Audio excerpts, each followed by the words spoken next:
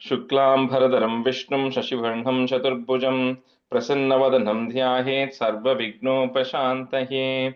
ॐ सहना भवतु सहनौ भुनक्तु सह वीर्यं करभावहै तेजस्विनावधीतमस्तु मा विद्विषावहै। ॐ शान्तिः शान्तिः शान्तिः। अगजानन पद्मार्कं गजाननमहर्निशम् अनेकदन्तं भक्तानामेकदन्तमुपास्महे। श्रीमहागणपतये नमः। गुरवे सर्वलोकानां विषजे भवरोगिणां निधये सर्वविद्यानां श्रीदक्षिणामूर्तये नमः। अस्मद्गुरुचरणारविन्दाभ्यां नमः। वसुदेवसुतं देवं कंसचाणूरमर्दनं देवकी परमानन्दं कृष्णं वन्दे जगद्गुरुं। ज्ञानानन्दमयं देवं निर्मलस्फटिकाकृतिम् आधारं सर्वविद्यानां श्रीहयग्रीवमुपास्महे। श्रीहयग्रीवमूर्तये नमः। सरस्वति नमस्तुभ्यं वरदे कामरूपिणि विद्यारम्भं करिष्यामि सिद्धिर्भवतु मे सदा। श्रीमहासरस्वत्यै नमः। उमाकोमलहस्ताब्जसम्भावितललाटकं हिरण्यकुण्डलं वन्दे कुमारं पुष्करस्रजं। வெற்றிவேல் முருகனுக்கு ஹர ஹரோஹரா. லோகவீரியம் மகாபூஜ்யம் சர்வரக்ஷாகரம் விபும் பார்வதி ஹிருதயானந்தம் சாஸ்தாரம் பிரணமாம்யகம். சுவாமியே சரணமையப்பா. वागर्ताविव सम्पृक्तौ वागर्त प्रतिपत्तये जगतः पितरौ वन्दे पार्वती परमेश्वरौ। श्री पार्वती परमेश्वराभ्यां नमः। कोमलं पूजयन् वेणुं श्यामलोऽयं कुमारकः वेदवेद्यं परब्रह्मा तस्मै श्रीगुरवे नमः। अस्मद्गुरुचरणारविन्दाभ्यां नमः। श्रीकृष्ण गोविन्द हरे मुरारे श्रीनाथ नारायण वासुदेव। श्रीकृष्ण गोविन्द हरे मुरारे श्रीनाथ नारायण वासुदेव। श्रीकृष्ण गोविन्द हरे मुरारे श्रीनाथ नारायण वासुदेव। पीताम्बरं करविराजितचक्रशङ्खकौमोदकी सरसिजं करुणासमुद्रं राधासहायम् अतिसुन्दरमन्दहासं वातालयेशम् अनिशं हृदि भावयामि। कृष्णो रक्षतु मां चराचरगुरुः कृष्णं नमस्ये सदा। कृष्णेनैव सुरक्षितोऽहमसकृत् कृष्णाय दत्तं मनः। कृष्णादेव समुद्भवो मम विभो कृष्णस्य दासोऽस्म्यहम्। कृष्णे भक्तिरचञ्चलास्तु भगवन् हे कृष्ण तुभ्यं नमः। श्रीगुरुवायूरप्पा शरणं नम्राणां सन्निधत्ते सततमपि पुरस्तैरणभ्यर्थितानपि अर्थान् कामानजस्रं वितरति परमानन्दसान्द्रां गतिं च।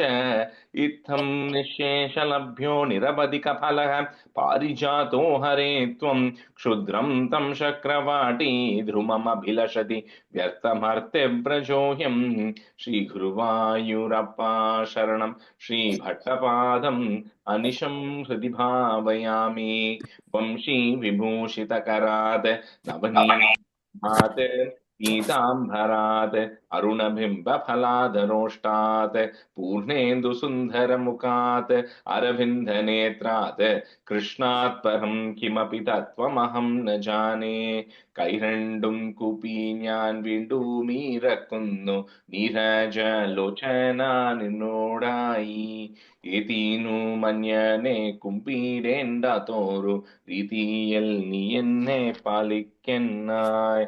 കൃഷ്ണ ഹരേ ജയ കൃഷ്ണ ഹരേ Jaya Krishna Hare Jaya Krishna Hare. Good morning, everyone. We'll just do a review of 87 today. I want to complete 88 and get to 89. So maybe Anita, ninga 80. Yes. Dasakam 87, Kuchelo Vakyanam. Shri Krishnaya Parabrahmane Namaha. Kuchela Nama Bhavatasya Tirtyatam Gatasya Santi Panimandire Tvijaha Tvatekaragena Tanadini Spruho Dinani ninye brashami grihashrami Samana Sheelabi Tatiya Vallabha Tataiva no Chitta Jayam Sameyushi Gadachituche Bhavavritti Lapyate Ramapadi Kim Nasakha Nishevyate. And the second line just before the comma, vritti labdhaye. Vritti Lapte. Gatachitu bhavavritti laptaye ramadikim nasakha nishevyate idi tritoyam priyaya shudartaya jugupsamapi bitane matavahe tadatwada lokana gautukatyatau vahan padante brittukanu Payanam. Anita, the first word mattu. Iti ritoyam. Yeah. Sorry, sir. Iti ritoyam priyaya sudartaya. Okay. Gatoyam acharyam aim bhavat purim griheshu shaibhya bhavanam sameivan bravishya vaikundamiva banivritim davati sambhavanaya dukim punaha. प्रभूजितं तं प्रियया च वीजितं करे गृहीत्वा गदयः पुराकृतं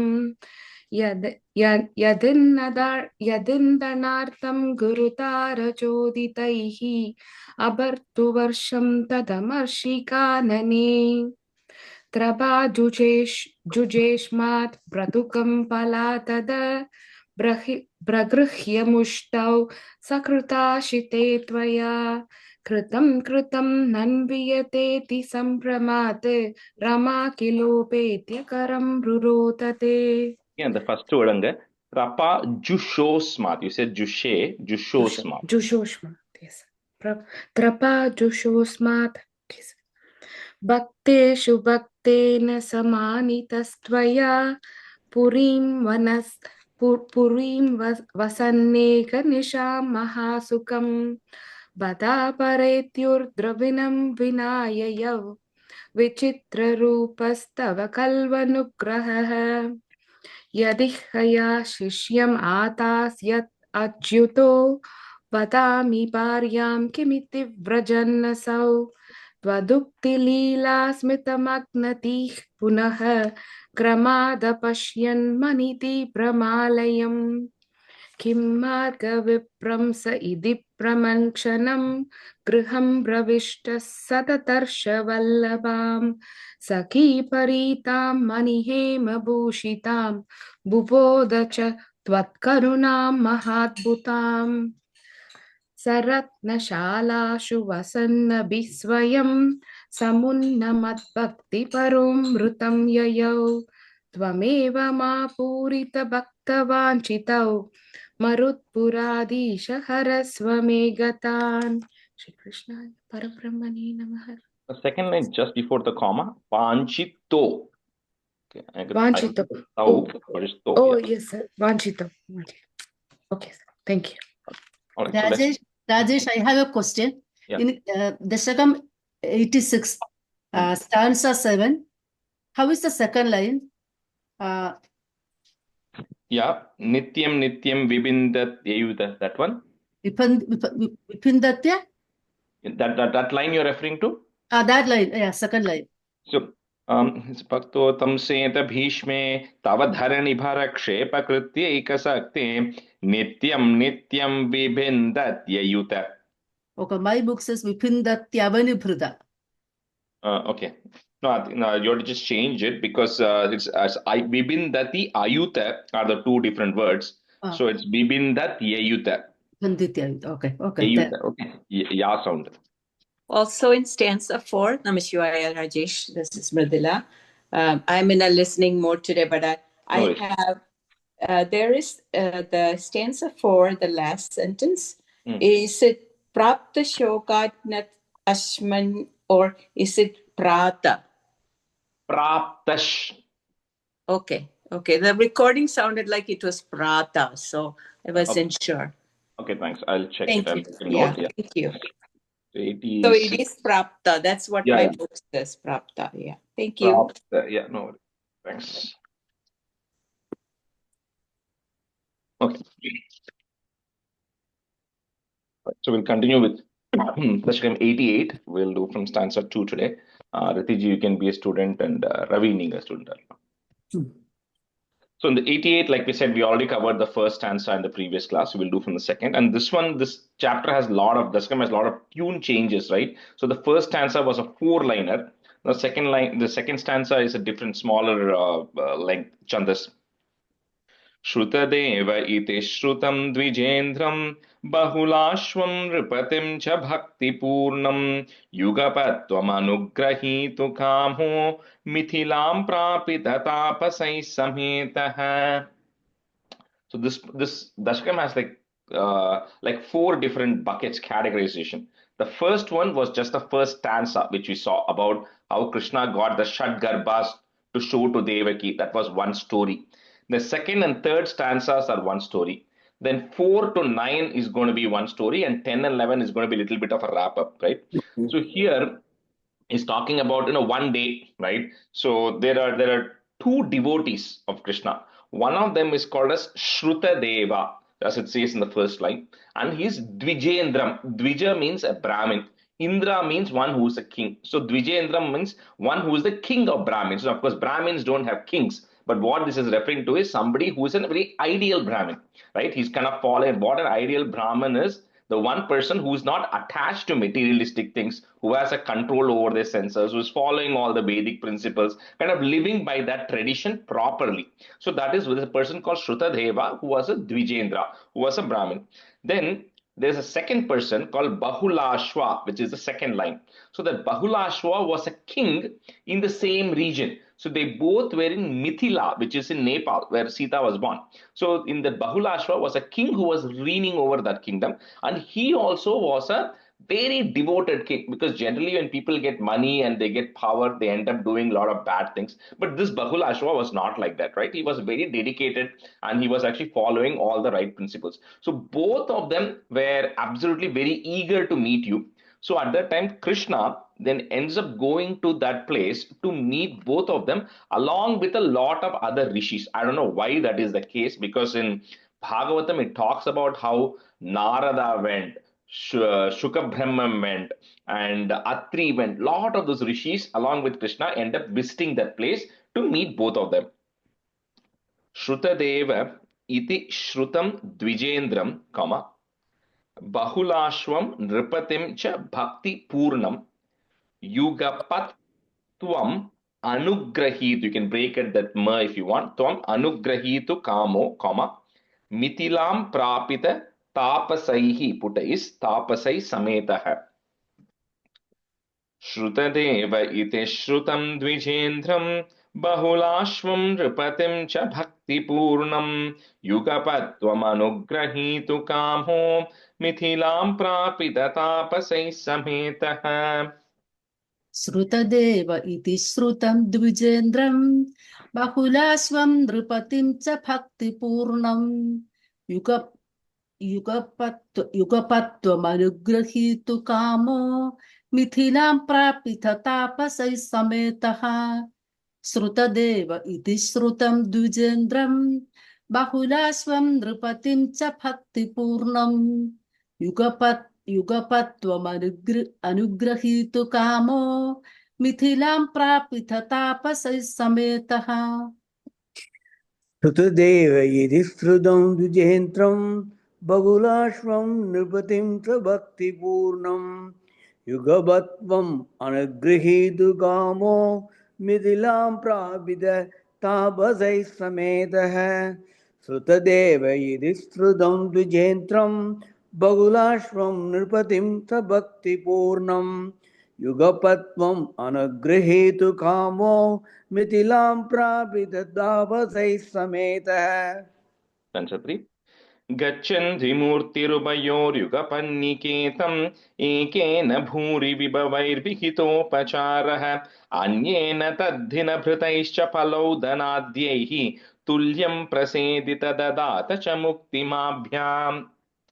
So when we go to any place, or let's say since Kritika is the only one out of town here, and Malini or Maitli are not here today. So if Kritika comes to Chicago and we all invite Kritika, then she has to pick whose house she has to go first, right? The same problem Krishna also had, because one is the Dvijendra is inviting me, the king is inviting. Of course, if you go to a king's house, you're going to have a lavish spread of items which are going to be there. In the Dvijendra's house, all Krishna was going to get was whatever alms he had got that day. So when he goes taking bhiksha, whatever alms, what if he got some fruit, if he has some leftover rice, that was what Krishna was going to get. But unlike Kuchela's case, this is not like a no twist in the story of he goes to the what do you call the Dvijendra's house first. They're both very equal, right? So the reason they're telling this story is to say that both of them were devoted. So Krishna did not pick one because the best food was available there, but he went to both places at the same time. That's why it says here, Ekena Bhuri Vibhavai.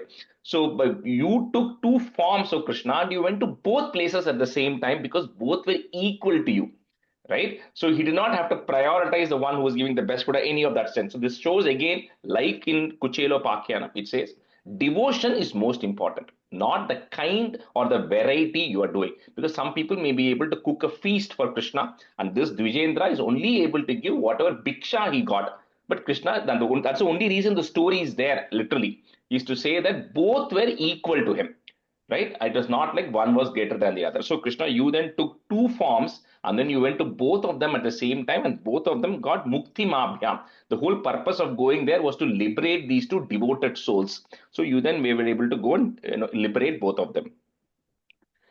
Gachan Dvimurtir, you can break at the tra, so it will be easier. Dvimurtir Ubhayor Yugapanniketam. Put a im at the end of that line. Yugapanniketam, comma. Next line, the mekena becomes ekena. Ekena bhuri vibhavair vihitopacharah anyena taddina bhritaischa phalaudanadhyaihi. Put a visarga. Radeshji, in my book it's written Anyena Dattina Bhudaicha. Oh, can I just change it to bhritaischa? Bhritaischa. Bhritaischa. Bhritaischa phalaudanadyehi, comma. Put a visarga and comma. Next line, the is will go away. So, tulyam prasedita dadatacha mukti mabhyam. So, bhuri vibhavai means a variety of food which the king was offering. However, the next line says, taddina bhritaischa, means whatever was collected on that day, right? That's all that Dvijendra was able to offer, right? So, however, both of them were equal. Rajeshji, the last line, prasedita or prasedita? Praseditha. Dita. Okay. And then dadata? Dadatha. Both the tha are the second tha in Sanskrit. Praseditha, dadatha. Thank you, sir.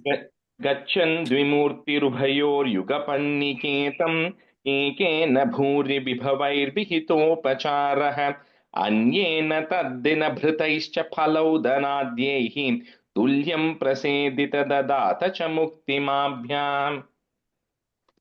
Gachan Dvimurtirupayor Yugapanniketam Ekena Puri Vipavair Vihitopacharaha Anyena Taddina Prutaischa Phalaudanadyehi Tulyam Praseditha Dadata cha Muktimabhyam. Gachan Dvimurtirupayor Yugapanniketam Ekena Puri Vipavair Vihitopacharaha Anyena taddina bhrutaischa phalaudanadhyaihi tulyam praseditha dadatha cha muktimabhyam. Gachan Dvimurtirupayor Yugapanniketam Ekena Bhuri Vibhavair Vihitopacharah Anyena Dattina Prutaischa Phalaudanadhyaihi Tulyam Prasedita Tadata cha Muktimabhyam. Gachan Dvimurtirupayor Yugapanniketam Ekena Bhuri Vibhavair Vihitopacharah Anyena Dattina Prutaischa Phalaudanadhyaihi Tulyam Prasedita Dadata cha Muktimabhyam. if you notice, there's a small change in tune between 2 and 3. Okay, so just make a note. So 2 was Shrutadeva ite Shrutam Vijendram. Third is Gachan Vimurtirubayor Yugapanniketam. This Gachan, that is like a Swayam Bhuvo Manurato, that tune. Okay, the third stanza. Again, fourth, the tune changes and it becomes a 4-liner from now on. So that's why we're saying this Dasakam has a few changes there. भूयो तद्वारवत्यां द्विजतनयमृतिं तत्प्रलापानपे त्वं को वा दैवं निरुन्ध्याति इति किल कथयन् विश्वबोधाप्यसोढाः जिष्णोर्गर्भं विनेतुं त्वयि मनुजदिया कुण्ठितां चास्य बुद्धिं तत्त्वारूढां विधातुं परमतमपदप्रेक्षणे नेति मन्ये. So now the third story is going to start, and this is going to be the majority of the Dashakam around Santana Gopalopakyanam.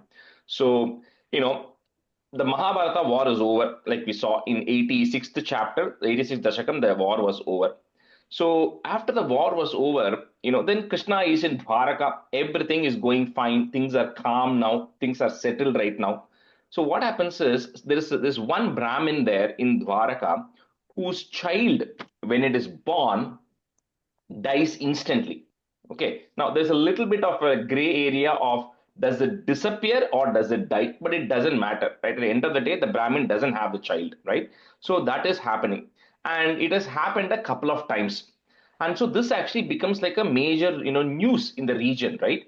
And what happens is, anytime something like this happens, people always blame the king, because they say that if the king is doing all the right things, if the king is ruling as per the right things, then bad things will not happen to the region. So because this is happening to the Brahmin, they all start coming to Krishna and saying, what, you need to probably do all the right things. You have not done this. You married 16. All those negative things starts happening. Very similar to the Semantagopakyanam that we saw. People start coming and blaming Krishna. That was also the time where Arjuna, having won the Mahabharata war, was at the top of the world. Right? So he was the MVP, right? So he was really feeling that this war was won because of me. He completely has forgotten how he did not even want to go and fight. And Krishna had to say 700 verses and get him to go fight and all of that. And we saw in 86 how many times Krishna helped Arjuna. But Arjuna was feeling at the top of the world, saying that if he's the strongest. So he was feeling, what? One end he's feeling strong, other end people are blaming Krishna for all these deaths that are actually happening. So all of these things are actually happening in parallel. But here Bhattacharya says all of this, Krishna, is planted by you. All of these are incidents which are happening because it's going to trigger several things which are going to happen later, because at the end of the day it was only to show Arjuna your divine abode, parama tama pada prekshane neti manye. It was to eventually show him your abode, that all of these things were getting enacted. So, bhuyotat dwaravatyam, dvija tanaya mritim tat pralapanapitvam, ko va daivam nirundhyaditi kila katayan, vishwa bodhapya sodhaha. So here Krishna is saying, when the Brahmin approaches Krishna and says, I'm having the death of these children, he's saying, I can't do anything because it is whatever is fate is destined, right? So I don't know what is destined for you. Maybe you're not destined to have the child, because of which the child is passing away, or the child is being born dead or dies immediately after it's born. Bhuyo tadvaravtyam dvija tanayamritim tatpralapanapetvam ko va daivam nirundhyaditi kila katayan vishwabodhapya sodhaha. Bhuyo tadvaravtyam dvijatanayamritim tatpralapanapitvam ko va daivam nirundhyaditi kila kathayan vishwabodhapya sodhaha. Bhuyo tadvaravtyam dvijatanayamritim tatpralapanapitvam ko va daivam nirundhyaditi kila kathayan vishwabodhapya sodhaha. Bhuyo tatvaravatyam dvijatanayamritim tatpralapanabitvam govadaivam nantyaditi kalakatayan vishwabodhapyasodaha. Bhuyo tatvaravatyam dvijatanayamritim द्विजतनयमृतिं तत्प्रलापानवित्वं गोवादैवं नृत्यादिति किल कथयन् प्रवोढाप्यसोढाः Jishnor Garvam Vinetum. Jishno is referring to Arjuna. So to kind of curb his pride, Jishnor Garvam Vinetum, comma, Tvai Manuja Dhiya Kuntitam Chasya Buddhim, comma, Tatva Rudham Vidhatum, comma, Parama Tama Pada Prekshane Neti Manye. So I'll just explain one more thing here. So, like I said, Arjuna has forgotten who Krishna was. Krishna showed the Vishwarupam to Arjuna in the battlefield and explained Bhagavad Gita. But sometimes what happens is even we forget what has happened, right? And here Arjuna started thinking of Krishna as Manuja Diya. He started thinking of Krishna as another human being, right? And forgot all the greatness and the superiority of Krishna. That somehow over a period of time he loses that, because sometimes when you become strong, you feel that the other person is not that strong, right? And you forget that. That's what has happened. Jishnor garvam vinetum त्वयि मनुज धिया कुंठितां चास्य बुद्धिं तत्वा रूढां विधातुं परमतम पद प्रेक्षणे नेति मन्ये.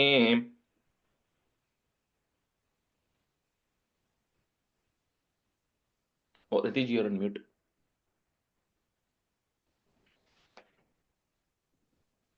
जिष्णोर्गर्वं विनेतुं त्वयि मनुजधिया कुण्ठितां चास्य बुद्धिं तत्त्वारूढां विधातुं परमतमपदप्रेक्षणेति मन्ये.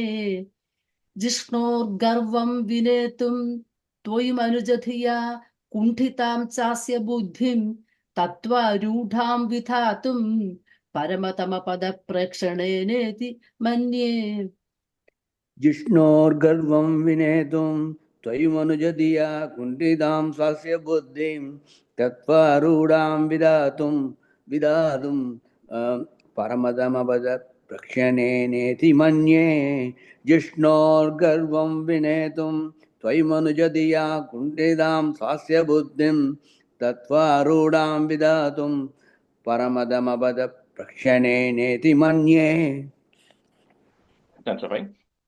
नष्टा अष्टास्य पुत्राः पुनरपि तव तूपेक्षया कष्टवादः स्पष्टो जातो जनानाम् अथ तदवसरे द्वारकामापपार्थः मैत्र्या तत्रोषितोऽसौ नवमसुतमृतौ विप्रवर्य प्ररोधं श्रुत्वा चक्रे प्रतिज्ञामनुपहृतसुतः सन्निवेक्षे कृशानुम्. So this continues to happen every year. And 8 years pass. And the Brahmin has now lost 8 children. So every time he comes to Krishna and he comes and complains saying, what are you doing? You're not able to do anything to help me out. And Krishna says, it's not in my hands. It's whatever fate is designed, right? So this keeps on happening. And everybody's wondering, if this Krishna is so powerful, then why is he not able to save this Brahmin's children? Why is this constantly happening to that one Brahmin? He did so much for the Mahabharata war. Here he's not able to do anything. So at that time, at one point, Arjuna happens to come to Dwaraka because he's married to Krishna's sister Subhadra, right? His brother-in-law. So he comes to Dwaraka and Arjuna is staying with Krishna for a while there.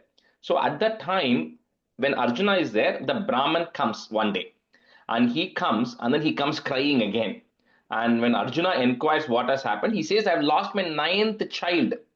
Right? This is just happening every single time. A 9th child has been lost right now, and this Krishna is not able to do anything. So that's when Arjuna's pride kicks in. He says, when I am there, how can something like this happen? Right? And he says, it's my responsibility. So this Brahmana says, Arjuna, no offense, but Krishna is not stepping in, Balarama is not stepping in, Pradyumna is not stepping in, Aniruddha, none of these people are volunteering to help because they probably feel they cannot help me out. That's the reason they have not volunteered to help, else they would have. So how can you come and help? So Arjuna says, you're forgetting who I am. I own the Gandiva bow, which has been given by Lord Shiva, and there's nothing that this cannot protect. Right? He says, I'm taking a vow, Arjuna says, that if the next child, when it is born, if I cannot protect you, I'm going to jump into the fire and self-immolate myself. it is my responsibility to protect the 10th child of yours. And we'll see what his plan is, but that he takes a vow here, right? Saying, I'm going to protect the 10th child that's going to be born.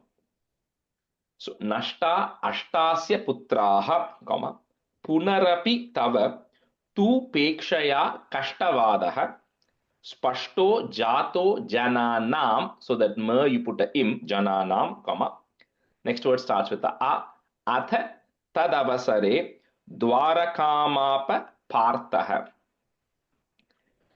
Nashta Ashtasya Putraha Punarapi Tavatu Pekshaya Kashtavadaha Spashto Jato Jananam Atha Tadavasare Dwarakamapa Parthaha. Rajesh, second line, Dwaraka Mara, right? Dwarakam Apa Pi. Apa. Nashta Ashtasya Putraha Punarapi Tava Tupekshaya Kashtavadaha Spashto Jato Jananam Atha Tadavasare Dwaraka Parthaha.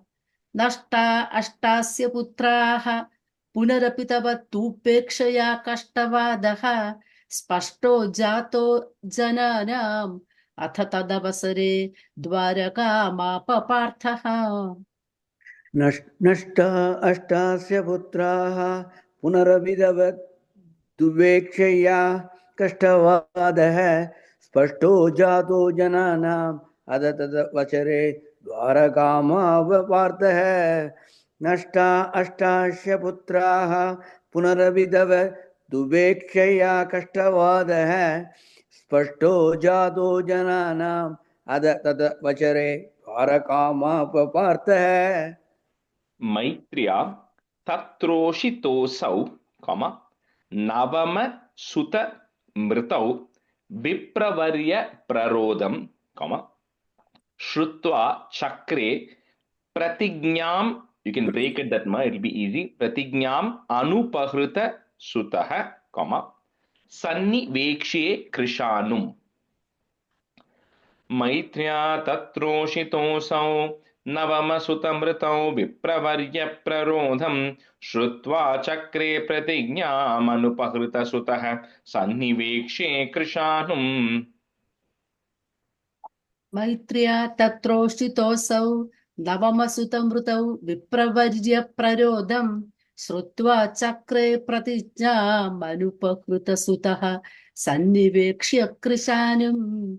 Maitriya Tatroshitosau Navamasutamrutau Vipravarya Prarodam Shrutva Chakre Pratijnam Anupakrita Sutaha Sannivekshya Krishanam. मैत्र्या तत्रोषिदोऽसौ नवमसुदमृतौ विप्रवर्यप्ररोदं श्रुत्वा चक्रे प्रदिज्ञाम् अनुभवकृतसुतः सन्निवेशे कृशानुम् मैत्र्या तत्रोषिदोऽसौ नवमसुदमृतौ विप्रवर्यप्ररोदं श्रुत्वा चक्रे प्रदिज्ञाम् अनुभवकृतसुतः सन्निवेशे कृशानुम्. That's 6. Manhisattvama Prishtva Dvijanilaya Banajalairmahastreihi Rundhana Sutigeham Punarapi Sakasa Drishta Nashte Kumare Yam Yam Aindhrim Tathanyaha Suravara Nagari Vidyaya Sadhya Sadhyo Mogho Dhyoga Patishin Hutabuji Bhavata Sasmitam Varito Bhutem. So Arjuna decides to stay in Dwaraka to take care of the next child, which is just now the 9th one has been dead, right? So the 10th one is going to take another 10 months, 11 months. So he stays there. And now when the 10th child was about to be born, so at that time this Brahmana is coming and telling Arjuna, time has come now, because the child is like I said, once the child is born, it is either disappearing or it is dying after it is born. So he comes and tells Arjuna that you have to come and help. Now the same Arjuna who at every step of his life has always consulted Krishna before he did anything. This time, he says, it's my responsibility to go protect this child. So he just goes to his own plan. So what he does is, he has all these great weapons that he has. So with all of those weapons, he constructs a fence around the Suti Gehe, around that labor room, to the extent that nothing can go in or nothing can come out. Right? So even if the soul wants to leave, this is Arjuna's plan. Even if the soul has to leave that place, he's saying it cannot leave, because that is how powerful his weapons are, which are protecting that entire thing, and he's the guardian. So he's making sure nothing can escape. Right? So that is what he does. He builds this entire thing around the labor room, right, where that this thing. Then the child is born. The child is born. They hear the noise of the child crying, so they know a child is born. And then drishta nashte kumare. The moment it is born, even that child is gone. Like it says, it's nashte, it's lost. Like I said, we don't know how it is lost, but it dies or it disappears, whatever. So even that 10th child is also gone. So now Brahmin is like, he's even more furious. He said, Arjuna, you came and gave me false pretense, saying that you can protect. At least Krishna and others did not say they can protect. You came and promised me you're going to protect, and now even the 10th child is gone. So what are you going to do about it? So Arjuna now takes it upon himself. He goes all over, because these guys also have a lot of yogic power also. So he goes all over the world, everywhere. He goes to multiple places, Indralokam, etc., looking for the soul of the child which has disappeared, but he's not able to find it. So finally he gives up, and then what Arjuna does is he then decides to self-immolate, because that's the bow he's taken. So he lights up a fire, and then he's about to jump. At that time, Krishna comes and holds Arjuna's hand. And Krishna holds Arjuna's hand, and with a smile, that's why it says, Bhavata Sasmitam. With a smile, Krishna is telling Arjuna, don't do all of these things. I will show you where the children are of the Brahmins, right, who have disappeared. Manisa Twama Prishtva, Dvija Nilaya Gato, Bana Jalair Mahastraihi. So put a Visargan comma. You may not have it in your book. So Mahastraihi, Rundhanaha, put is Rundhanas Sutigeham, Punarapi Sahasa Drishta Nashte Kumare. Mahi Satvama Prishtva Dvijanilaya Gato Banajalair Mahastraihi Rundhanas Sutigeham Punarapi Sahasa Drishta Nashte Kumare. Mani satvama prushtva dvijanilayagato banajalairmahastraihi rundhana sutigeham purarapi sahasa drishtanashte kumare. Mani satvama prushtva dvijanilayagato banajalairmahastraihi rundhana sutigeham purarapi sahasa drishtanashte kumare. Mani satvama brishva dujanilayagado panajalairmahastraihi rundana sudikeham punarapi sakasa drishtanatte kumare. Mani satvama brishva dujanilayagado panajalairmahastraihi rundana sudikeham punarapi sakasa drishtanatte kumare. Yam yam aindrim tathanyaha, Suravara nagarir, ir sound, nagarir, Vidhyaya sadhya, one word, Vidhyaya sadhya sadhyo, Mogho dhyogaha, put a F, Mogho dhyogah patishyan huta bhuji, Bhavata sasmitam varito bhut. Yam hyam aindrim tathanyaha Suravara nagarir vidyaya sadhya sadhyo Mogho dhyogah patishyan huta bhuji Bhavata sasmitam varito bhut. Yam yam aindrim tathanyaha suravara vidyaya sadhya sadhyo mokho dyogah pratisyan putapuji bhavata sasmitam varito bhut. Yam yam aindrim tathanyaha suravara vidyaya sadhya sadhyo mokho dyogah pratisyan putapuji bhavata sasmitam varito bhut. That fourth line, Ratiji, I'm hearing pratishyans, patition. Pratisyan, right? No, P-A, patition. Oh, okay. I heard you say Patishyet. Okay, okay. Patishyet. Patishyet. Okay, thank you. यां यां मैत्रीं तदान्याः सुरवरनगरीर् विद्यया सात्यसद्यो मोगोद्योगः पदिष्यन् हुदभुजि भवता सस्मितं वारिदोऽभूत् यां यां मैत्रीं तदान्याः सुरवरनगरे विद्यया सात्यसद्यो मोगोद्योगः पदिष्यन् हुदभुजि भवता सस्मितं वारितोऽभूत्. Stanza 7. Sardham tena pratichin dishamati javina syandanenaabhiyato loka lokam vyatitah timira bharamato chakradhamna nirundhan chakram shuklishta drishtim stitamata vijayam pashya pashyeti varam pare tum pradadarshaha kimapi hi tamasam dura duram padam te. So now Krishna then tells Arjuna, Arjuna, don't worry, you come with me. I will show you where these children are. So with that, Krishna and Arjuna go, right? They have to fly because where they're going to go is they keep going outside this Bhuloka and keep traveling. Of course, they travel very fast. And eventually they come to this place called as a Loka. So that is kind of defined as the border between the material universe and the spiritual universe. So Loka is Lokam, which is a material universe. Aloka means where the material universe is not there, right? So Loka means it's Loka, Aloka, two different words there. So that is a separation between the material universe and the spiritual universe. So that's a border, like a virtual border, right? So they're crossing that virtual border. So now they are in a place where there is no creation.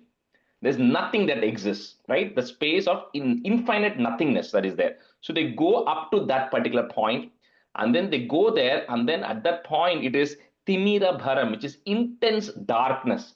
Because there's no stars, no planetary systems, absolutely nothing that is there in existence. And it's pitch dark. So looking at that, Arjuna is like beginning to wonder, where have we come? Right? So Krishna then with the Sudarshana Chakra of Krishna is leading the way. It is what is showing light. That's the only light that exists there, the Sudarshana Chakra, which is leading. And with that, they keep traveling, and they travel very, very far, right? But they go fast, of course, because of Krishna. And then finally they come to the place which is the called as the Brahma Jyoti, which is the spiritual light. So they're seeing that at a distance. That's why Krishna is saying here, Pashya iti. Say, look. Right? Krishna is pointing to Arjuna that you have reached a point where nobody can come unless you are getting liberated. Right? So you have reached that particular point now, and he's showing Krishna that kimapihi tamasam dura duram padamte. You have reached your abode, which is Vaikuntham, and Krishna is showing to Arjuna, look where you have come right now. Sardham tena, pratichin dishamati javina Syandanenabhiyato. It's one word, Lokalokam Vyatitaha. So that is there, put a visarga, Vyatitaha.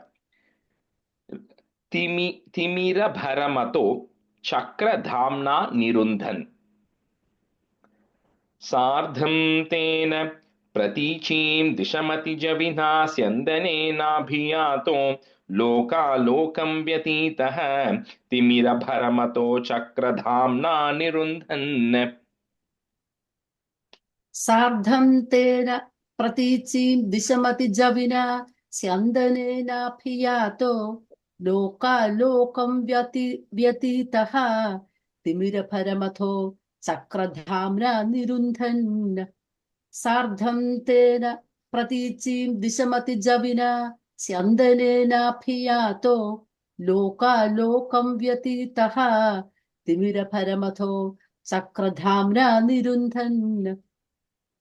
Sardham tena pradichem disamati javina santanena abhiyado loka lokam vyaditaha timira bharamado chakradhamna niruntan. Ravi, in the first line, Sardham Tena, adukapram there is a comma, okay? Sardham tena pradichem disamati javina santanena abhiyado loka lokam vyaditaha timira bharamado Chakradhamna niruntan. Chakramshu klishta drishtim stitamatha vijayam, comma, pashyeti varam, put a plus, pare tvam pradadarshaha, and then a comma. So third line, the comma is after vijayam, then put a plus. Fourth line, pare tvam pradadarshaha, comma, kimapihi tamasam dura duram padamte. Chakram shuklishta drishtim sitamata vijayam pashyeti varam pare tvam pradadarshaha kimapihi tamasam dura duram padamte. Sakramshu, that's one word. Yeah, chakramshu. Okay. Sakramshu klishta drishtim sthitamata vijayam Chakramshu Up to the vijayam is one like there's no pause. Like chakramshu klishta drishtim sthitamata vijayam. Chakramshu klishta drishtim sthitamata vijayam pasyeti varam pare tvam pradadarshaha kimapi hitamasam duram padam te. Chakramshu klishta drishtim sthitamata vijayam pasyeti varam pare tvam pradadarshaha kimapi hitamasam duram padam te. Chakramshu klishta drishtim sthitamata vijayam pasyeti varam pare tvam pradadarshaha kimapi tamasam duram padam te. Chakramshu klishta drishtim sthitamata vijayam pasyeti varam pare tvam pradadarshaha kimapi tamasam duram padam te. That's it. You can just put a star on this and see, keep it. It's a very beautiful stanza describing the Mahavishnu. Tatrasinam bhujanghadipashayana-tale divyabhusha-yudhadyaiः avitam pita-chelam pratinava-jalada-shyamalam srimadhankam murtinam-ishitaram paramihati-srinam ekam-artam shrutinam tvameva tvam paratman priyasakasahito nimita-kshema-rupam. So like we said, they went and saw this huge effulgence, brightness which is there, which is the Brahma Jyoti, which is of the spiritual world, right? Which nobody has access to. But Krishna, of course, is an incarnation, right? So he is a Purna incarnation, so he has access, and he wanted to show Arjuna who Krishna is.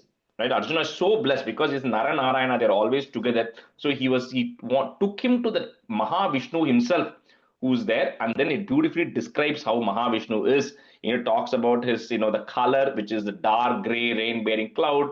He's very attractive face. He's got 8 arms which are there for him, and then he's wearing the Kaustuba jewel, and all that. It's a usual description of Mahavishnu, and the one who is the superior lord of the entire universe. So that Mahavishnu in Vaikuntham, Krishna is showing Arjuna, saying, "See where I have brought you right now." Right, and we'll see why he has got him there. Tatrasinam bhujangadhipa shayana tale divya bhushayudhadyaihi. So that line is continuous. Put a visarga at the end of that line. Bhushayudhadyaihi, comma. Next line, the ravitam becomes avitam. Avitam pitachelam, comma. Pratinava jalada shyamalam srimadangam. Tatrasinam bhujangadhipashayana-tale divyabhusha-yudhadyaihi avitam pita-chelam pratinava-jalada-shyamalam srimadangam.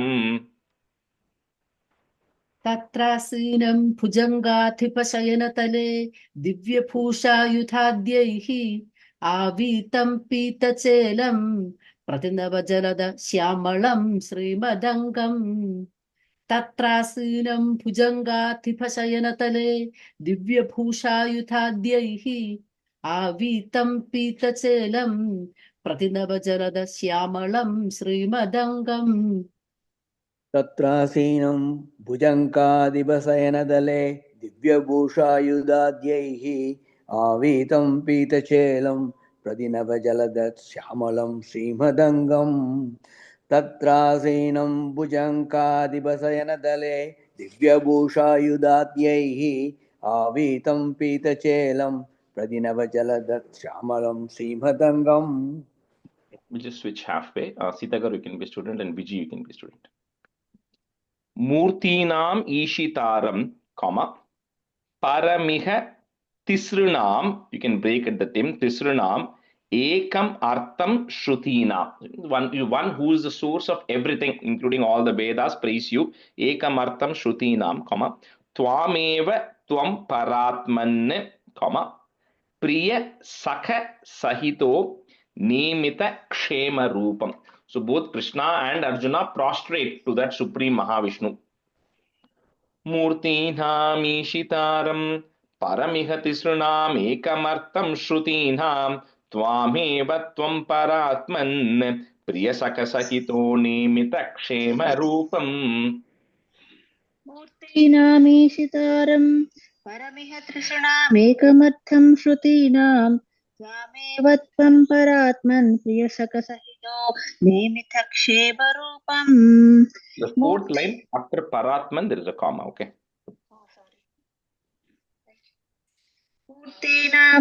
मूर्तीनामीशितारं परमिह तृष्णामेकमर्थं श्रुतीनां त्वामेव त्वं परात्मन् प्रियसखसहितो नेमिथक्षेमरूपम्. मूर्तीनामीशितारं परमिह दृशृणाम् एकमर्थं श्रुतीनां त्वामेव त्वं परात्मन् प्रियसखसहितो नेमितक्षेमरूपम्. मूर्तीनामीशितारं परमिह दृशृणाम् एकमर्थं श्रुतीनां त्वामेव त्वं परात्मन् प्रियसखसहितो नेमितक्षेमरूपम्. That's a 9. Yuha mamheva dvavadika vivritantarhitataya bibhinnau sandrashtum swayamaha maharsham dvijasutan nahetam draghetaniti khalu vitirnan punaramune dvija yadha yadha pranuta mahima pandu janusha. So that Bhagavan is telling Arjuna and Krishna that both of you are me. Right? It's me who is there in both your forms, right? The only difference is in Krishna, the divinity, the spiritual, the sattva guna is so potent, right? That it is showing it's a Bhagavan. So he himself is the incarnation where that is fully potent. While in Arjuna's case, that sattva guna, which is I'm still there, but your mind has a lot of passion. It has all of that because you're a human at the end of the day. Arjuna is taking birth as a human. So because of which the rajas, tamas are all high. So it is not visible. At the end of the day, both of you are extensions of the same me. Right? So that's what Krishna Bhagavan is telling. And he says, I am the one who made those children disappear. Because I wanted both of you to come and have a darshan of me. Because Arjuna, of course, he's not going to ever get this chance. He says, eventually, you are going to get liberated and come back to me. But I wanted to give both of you this opportunity because you have both incarnated. As I have incarnated as you, both of you, as Nara and Narayana. We saw in Dasakam 16. Nara Narayana is an extension of the Lord, right? Just with different spiritual potencies. So he says, you have completed all the things you are supposed to do when you took incarnation on this earth, because this is pretty much coming to the end of both of their time on earth, right? So you have successfully completed your duties of this incarnation. So I wanted to bring you back here to just show that, and then there's still few more things which are left to be done. But anyway, with that, so he says that is what, and then the Bhagavan then tells Arjuna that don't worry, you go back. And the Krishna who you are with is nothing but a full representation of me. So never forget that. Right? That was the whole purpose of this thing, is to show who Krishna was. So with that, they just did the prostrations and they come back. And then, and then they come back and then the children are returned back to the Brahmin. So that was the whole purpose of this, was to kind of teach Arjuna a lesson. And then the Brahmin gets away. That's why I was telling earlier, this Dasakam is generally chanted by people who want children. Because, the first stanza, Krishna got the Shad Garbhas in front of Devaki. Right? And then in the Santana Gopalopakyanam is praying to the Santana Gopala, restored the children to this Brahmana, right? So that's why this Dasakam is famous for that. Yuvam mameva, comma, dvavadika vivrutantar hitataya, comma, bibhinnau sandrashtum, comma, swayam aham aharsham. If you want to break into three, swayam aham aharsham dvijasutan. Yuvam mameva द्वावधिकविवृतान्तर्हिततया विभिन्नौ संद्रष्टुं स्वयं महार्षं द्विजसुतान्. मामेव द्वावधिकवृतां तर्हिततया विभिन्नौ सन्द्रष्टुम् स्वयमहमहर्षं द्विजसुतान्. युवा मामेव द्वावधिकविवृतां तर्हिततया विभिन्नौ सन्द्रष्टुम् स्वयमहमहर्षं द्विजसुतान्. युवां मामेव त्वावधिकविवृतान्तर्हितदया विपिन्नौ सन्दृष्टुं स्वयमहमहर्षं द्विजसुधान्. On the second line, Viji, sandrashtum. And then in the tune may appear a little off, but this is the same chandas as a four-line stanza, right? So kind of say it like a four-liner, but it is just shorter length. Okay. युवां मामेव त्वावधिकविवृतान्तर्हितदया विपिन्नौ सन्दृष्टुं सन्दरश. Can you tell that again? Bibhinnau sandrashtum. विभिन्नौ सन्द्रष्टुं स्वयमहमहर्षं द्विजसुधान्. Yeah, and the first line after mameva there is a comma. Okay, first line. Nayetam dragetaniti khalu, comma, bitirnan punaramun, comma, dvijayadayadaha, comma, pranuta mahima pandu janusha. Nahetam dragetaniti khalu, bitirnan punaramun, dvijayadayadaha, pranuta mahima pandu janusha. नयेतं द्रागेतानिति खलु वितीर्णान् पुनरमून् द्विजायादायादाः प्रणुतमहिमा पाण्डुजनूषा. नयेतं द्रागेतानिति खलु वितीर्णान् पुनरमून् द्विजायादायादाः प्रणुतमहिमा पाण्डुजनूषा. नायेतं त्राकेतानिति खलु विदीर्णान् पुनरमून् द्विजायातायाता प्रणुतमहिमा पाण्डुजनुषा. The yadaha on the fourth line. Yadaha, okay. Nayetam traketaniti kalu vidirnan punaramun twijayatayataha pranuta mahima pandujanusha. I'll say it one more time, I think, and don't worry about tune too much, but again, it's the same four-liner tune only, but like I said, it's a shorter length, right? So, Yuva mamheva dvavadika vivrutantarhitataya vibhinnau sandrashtum swayamahamaharsham dvijasutan nahetam draghetaniti khalu pitirnan punaramune dvijayadayadaha pranuta mahima pandu janusha. Okay, so it'll just land, just practice in me. Rajesh, fourth line, that is Dvijaya Adayadaha, right? Dvijaya Adayadaha, correct.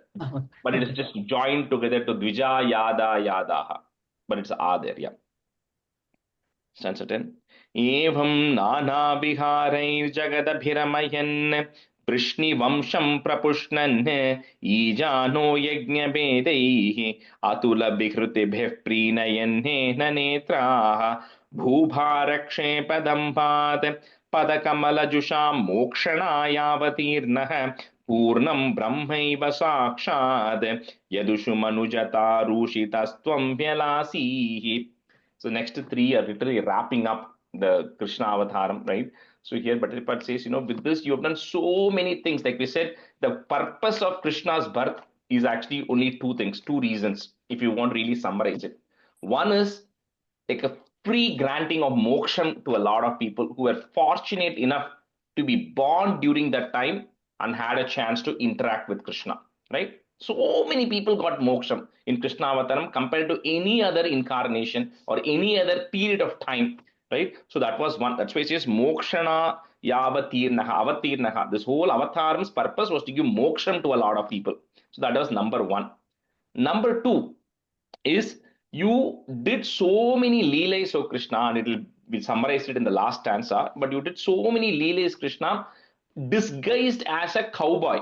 Essentially, you were like a boy who was born as a cowherd family, right? You are just a person who was grazing cows or grazing calves. So you are born in the Vrishni clan of the Vrishnis, disguised in that form, but and then performed all these leelas, right? And a lot of people did not know your true greatness, right? Anyway, that he's just saying that, but I'll summarize it in the last stanza. So with this, he says, remember, you are Purnam Brahmaiva Sakshat. You are sure to Arjuna that you are nothing but the supreme Brahman who was incarnated in this form, right? In the Vrishni clan, to just show all these things to the population. Evam Nana Viharair Jagada Bhiramayan, Vrishni Vamsham Prapushnan, put a in, Prapushnan. Next line will have a double na and the e. Remove all of that, becomes just a e. Ijano Yajna Bhedaihi. So the ra that is there, we'll remove it, put a visarga, Yajna Bhedaihi, Next word will start with a. Atula Bihruti Bihi, put a F to join, Bihruti Bif. Preenayannena netraha. Evam nana viharai jagadabhiramayan Vrishni vamsham prapushnan Ijano yajna bedaihi Atula bihruti bih preenayannena netraha. एवं नानाविहारैर्जगदभिरमयन् वृष्टिवंशं प्रपुष्णन् ईजानो यज्ञभेदैः अतुलविहृतिभिः प्रीणयन्नेन नेत्राः एवं नानाविहारैर्जगदभिरमयन् वृष्टिवंशं प्रपुष्णन् ईजानो यज्ञभेदैः अतुलविहृतिभिः प्रीणयन्नेन नेत्राः एवं नाना विहारैर्जगदपिरमयन् वृष्णिवंशं प्रभुष्णन् ईजानो यज्ञपेदैः अतुलविहृद्भिः प्रीणयन्नेन नेत्राः एवं नाना विहारैर्जगदपिरमयन् वृष्णिवंशं प्रभुष्णन् ईजानो यज्ञपेदैः अतुलविहृद्भिः प्रीणयन्नेन नेत्राः Bhubhara Kshepa Dambhat, Pada Kamala Jusham Mokshana Yavatirnaha, one word, Purnam Brahmaiva Sakshat. So you have a, in Sanskrit, you have a dya. So we're just going to break it, put a it, Sakshat, Next word will start with a ya. Yadushu Manujata Rushitastvam Vyalasihi. Bhubharakshepadambhat Padakamala Mokshana Yavatirnaha Purnam Brahmaiva Sakshat Yadushu Manujata Rushitastvam Vyalasihi. रक्षेपधाम्भात् पदकमलजुषा मोक्षणायावतीर्णः पूर्णं ब्रह्मैव साक्षात् यदुषु मनुजतारोषितस्त्वं व्यलासीः भूभारक्षेपदम्भात् पदकमलजुषा मोक्षणायावतीर्णः पूर्णं ब्रह्मैव साक्षात् यदुषु मनुजतारोषितस्त्वं व्यलासीः पूपारक्षेपतं पात पदकमलजुक्षां मोक्षणायावदीर्णः पूर्णं ब्रह्मैव साक्षात् यदुषु मनुजदारूक्षितस्त्वं व्यलासीः पूपारक्षेपतं पात पदकमलजुक्षां मोक्षणायावदीर्णः पूर्णं ब्रह्मैव साक्षात् यदुषु मनुजता रूक्षितस्त्वं व्यलासीः. Stanza 11. प्राहेण द्वारवत्याम् आवृतदयितदा नारदस्त्वद्रसार्द्रः तस्माल्लेभे कदाचित् खलु सुकृतनिधिस्त्वत्पिता तत्त्वबोधम् भक्तानामग्रह्याहि स च खलु मतिमान् उद्धवस्त्वत्त एव प्राप्तो विज्ञानसारम् स किल जनहितायादुनास्ते भदर्ग्याम्. So in the last days of Krishna, so Narada was also there in Dwaraka staying with Krishna, and then he imparted the supreme knowledge to Vasudeva, Krishna's father. So that is there. But the main thing is Uddhava, who is one of the greatest devotees of Krishna, is the number one devotee of Krishna. So because it'll come later on when they're calling out, who is the greatest that, who is the greatest this, they'll say Uddhava is the greatest devotee of Krishna. So at that time, Uddhava, Krishna then tells to Uddhava something called as a Uddhava Gita, very similar to Bhagavad Gita. There's something called as a Uddhava Gita. Pretty much chapters 91 to 96, 95 are nothing but essence of Uddhava Gita, where Krishna talks about very similar to Bhagavad Gita. He talks about Karma Yoga, Jnana Yoga, Bhakti Yoga, about all the questions he's going to answer, which is we're going to see from 90 to 95, right? So Uddhava was also there, and finally Uddhava is sent to Bhadarya before Krishna departs. So the last time when Uddhava sees Krishna sitting under the tree, and then Krishna then imparts the 4 lines of Chatushloki Bhagavatam to Uddhava and Maitreya, and then he tells Uddhava to leave. Anyway, Srimad Bhagavatam talks about the last days of Krishna, what happens, and the war, the fighting that happens within the Yadava clan, all of that stuff. But Bhattadripat does not talk about any of that stuff. Because according to Bhattadripat, Krishna has not left the earth, because he's Swayam there in Guruvayur. So he says, I'm not going to talk about Krishna Swargarohanam. It doesn't make sense because he's still staying in Guruvayur. Why will I talk about Krishna leaving earth, right? So he just ends it off, pretty much the Krishna Avataram, by saying, you then teach all these things to Uddhava, and then you tell Uddhava to go into Bhadrikashrama to go spread your word. And then the Krishna Avataram, all the description comes to an end here. So that's all. There's no more mention of like Krishna's stories anymore, right? This is the last stanza, and the 12th stanza is kind of like a summary. So prayena dwaravatyam, put a im at that ma, comma. Next word starts with the a. Avrita dayi tada naradas twadra sardraha, put a visargan comma, twadra sardraha. Next line, the is goes away. Tasmal lebhe kadachit khalu, comma. Sukruta nidhis Tvatpita Tattva Bodham. Prahena Dwaravatyam Avrita Dayitada Naradastvadrasardraha Tasma Lebhe Kadachit Khalu Sukruta Nidhis Tvatpita Tattva Bodham. प्रायेण द्वारवत्याम् अवृतदयितदा नारदस्त्वत्प्रसाद्रः तस्मालेभे कदाचित् खलु सुकृतनिधिस्त्वत्पिता तत्त्वबोधम्. प्रायेण द्वारवत्याम् अवृतदयितदा नारदस्त्वत्प्रसाद्रः तस्मालेभे कदाचित् खलु सुकृतनिधिस्त्वत्पिता तत्त्वबोधम्. प्रायेण त्वारवद्याम् अवृददयितदा नारदस्त्वत्प्रसाद्रः तस्माल्लेपे कदाचित् खलु सुकृतनिधिस्त्वत्पिता तत्त्वबोधम्.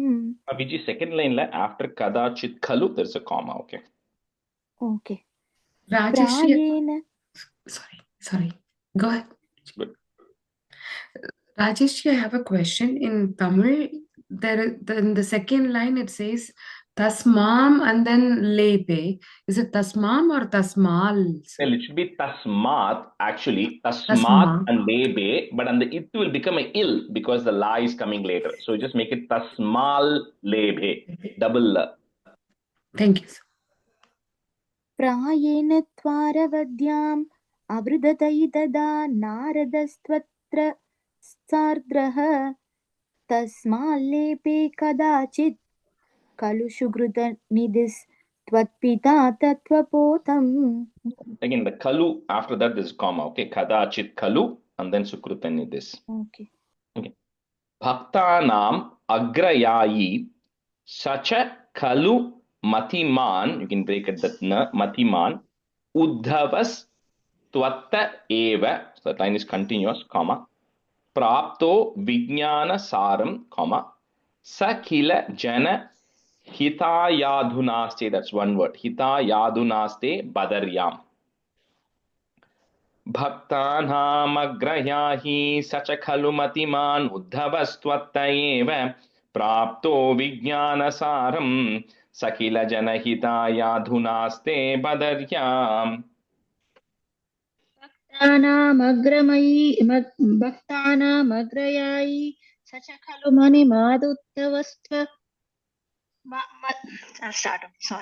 भक्तानामग्रयायी स च खलु मतिमानुद्धवस्त्वत्त एव प्राप्तो विज्ञानसारं सकिल जनहितायाधुनास्ते बदर्याम्. भक्तानामग्रयायी स च खलु मतिमानुद्धवस्त्वत्त एव प्राप्तो विज्ञानसारं सकिल जनहितायाधुनास्ते बदर्याम्. भक्तानामग्रयायी च खलु मतिमानु उद्धवस्त्वत्त एव प्राप्तो विज्ञानसारं सकिल जनहितायाधुनास्ते बदर्याम्. भक्तानामग्रयायी च खलु मतिमान् उद्धवस्त्वत्त एव प्राप्तो विज्ञानसारं किल जनहितायाधुनास्ते बदर्याम्. Last line, Viji, after Vijnanasaram, comma. Okay, so Prapto Vijnanasaram Sakila Janahita. Okay. Okay. Answer 12. Sohyam Krishnavataro Jayati Tava Vibho Yatra Sauharda Bhite Sneha Dveshanuraga Prabhuti Bhiratulaihi Ashramair Yoga Bhedaihi Artim Tirtva Samastam Amrita Padamagus Sarvata Sarvalokaha Satvam Vishwarti Shanti Pavana Purapate Bhakti Purti Eicha Bhuyaha. She wraps it up by saying, this Krishna avataram of yours, like we said, is definitely, undoubtedly the greatest incarnation of any avataram amongst any gods or goddesses, because in which avataram is to get liberated is ashramaihi, without putting any effort. If you had to get liberated, it was Krishna avataram, right? Because you can get liberated by yatra sauharda, sneha, by having, by sauharda is referring to friendship. So if you were a close friend of Krishna, you got liberated. If you had fear of Krishna, bhiti, you got liberated.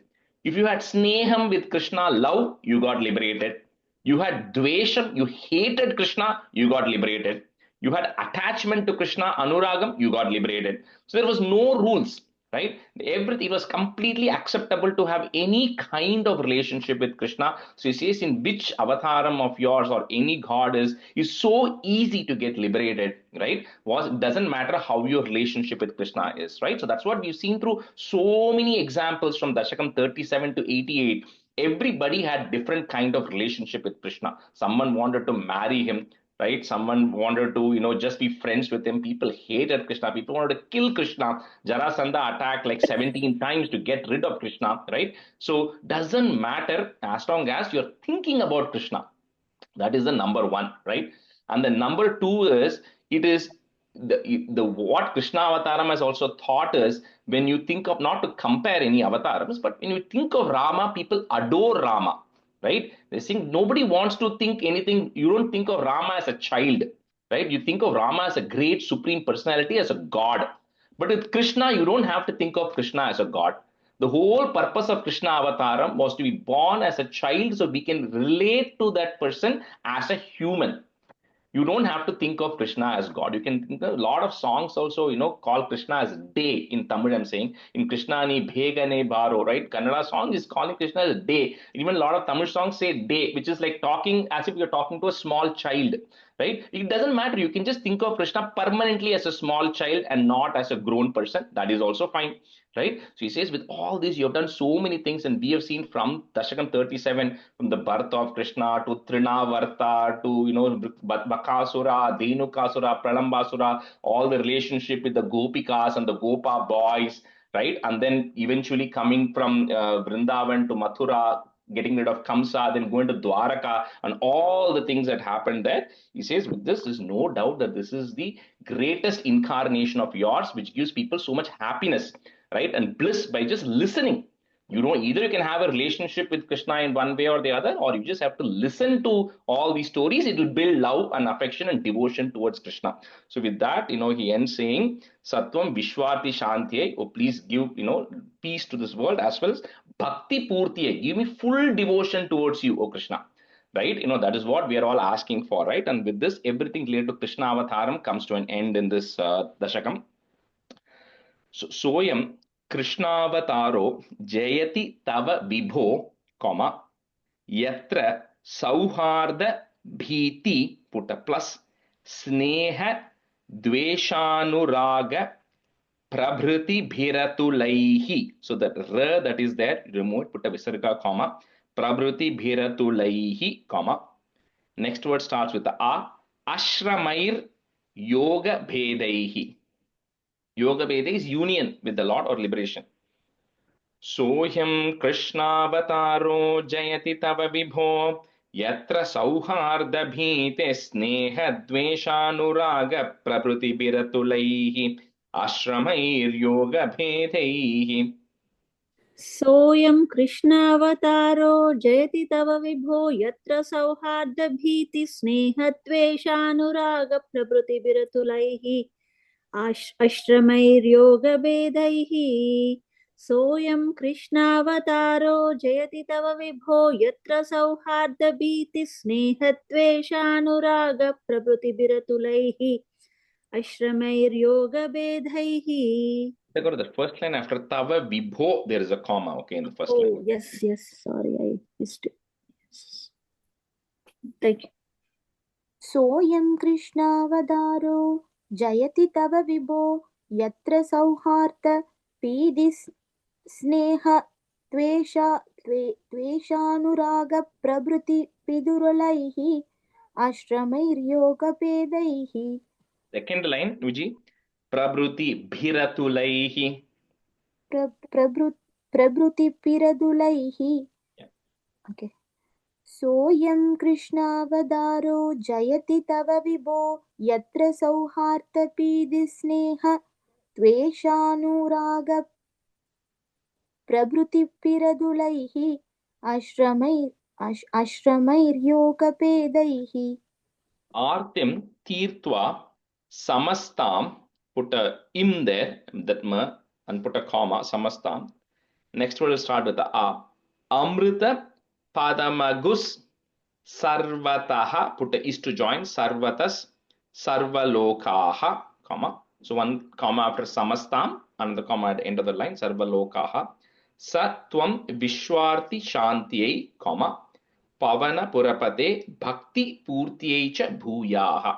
So this last line, we normally will say 3 times when we are doing a Parayanam. Today you can just say 2 times, but you can just make a note to say the last line alone 3 times, okay? Rajeshi, ஒரே question. அங்க ஸ்நேக துவேஷானுராக பிரபுத்தி விரத்துலைஹி ஆஷ்ரமய அஷ்ரமய அது Ashramayr. அஷ்ரமய. Yeah, shramam means putting effort. Ashram means not putting any effort. Okay, thank you. Artim tirtva samastam amrita padamagus sarvatas sarvalokaha satvam vishwarti shanti pavana purapate bhakti purtyai cha bhuyaha. Artim Titva Samastam Amrutapadamagut Sarvathas Sarvalokaha Satvam Vishwarti Shantyaihi Pavana Purapate Bhakti Purtyai cha Bhuyaha. Guru, that Shantyai, there's no visarga there, okay? Just Shantyai only. Oh, yes, sorry, yes. Artim Titva Samastam Amrutapadamagut Sarvatah Sarvalokaha Satvam Vishwati Shantyai Pavana Purapate Bhakti Putyai Cha Bhuyaha. Artim Tirtva Samastam Amrutapadamaru Sarvada Sarvalokaha Satvam Vishwarti Sandhyai Pavanapurapade Bhakti Purtyai Cha Bhuyaha. Artim Tirtva Samastam Amrutapadamaru Sarvada Sarvalokaha Satvam Vishwarti Sandhyai Pavanapurapade Bhakti Purtyai Cha Bhuyaha. And the third language, Artim Tirtva Samastam. After that is one, and then a comma. Okay. Okay. And then Padamagus. I think you were saying something else there. Amrita Padamagus. I have something written. Can you please come again? What is it? I have Maruhu. Amrita Pada Maruhu. Okay, so just change it to Amrita Padamagus. Gus. Gus. Oh, Gus. Okay. Gus. Okay, so Artim Tirtva Samastam, comma. Amrita Padamagus Sarvata Sarvalokaha. Artim Tirtva Samastam Amrita Padamagus Sarvada Sarvalokaha. Yeah. Rajeshi, so there is Padamagus and then again Sarvadas, right, sir? Yeah, Sarvataha is there, right? So that Right. Visarga you put a is. Yes, okay, thank you, sir. Sarvata There is Sarvaloka. two sas, right, Anga? Two. Yeah, Magus. Padamagus Bhagamama Sarvata Sarvata Sarvalokaha. Shri Krishnaya Parabrahmane Namaha. We only have like 5 minutes left. Okay, we'll just do 81, maybe one stanza, right? We'll just start. So 89 is Vrikasura Bhadavarnana. So it's now Krishna Avataram is all done. Okay, so now this is all now from 90 it is going to go 89 is a little bit of some stories about Narayana and other things, and then from 90 it is, like I said, the Uddhava Gita is going to be condensed into a lot of philosophical topics from 90 to 95. So stanza 1. Rama jane jane yadiha tava bhakteshu vibhavo, comma, na sadyas sampadyas tadiha mada kritvada shaminam. It's one word. So second follows a 4-liner tune. Rama jane jane yadiha tava bhakteshu vibhavo na sadyas sampadyas tadiha mada kritvada shaminam.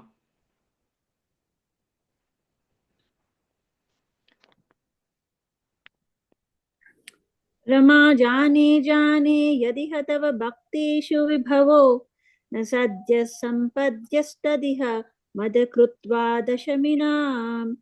Rama jane jane yadiha tava bhaktishu vibhavo na sadyas sampadyas tadiha madakrutva dashaminam.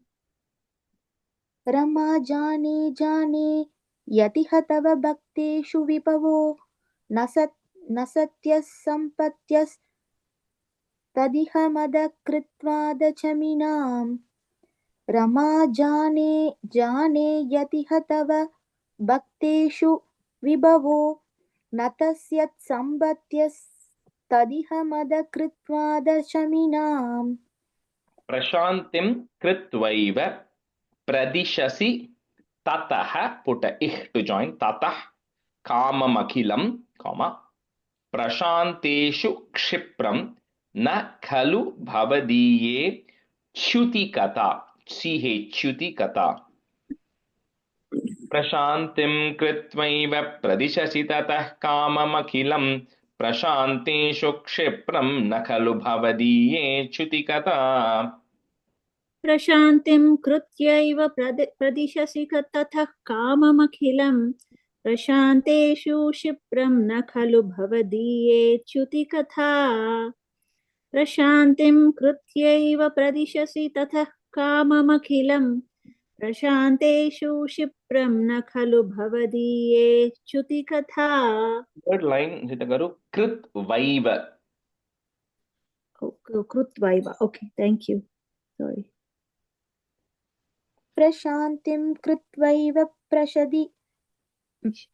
प्रदिशसि ततः काममखिलं प्रशान्तेषु शिब्रं न खलु भवति ये श्रुतिकदा प्रशान्तिं कृत्वैव प्रदिशसि ततः काममखिलं प्रशान्तेषु शिब्रं न खलु भवति ये श्रुतिकदा. Parabrahmane Namaha. We'll stop here. I'll tell the meaning in the next class.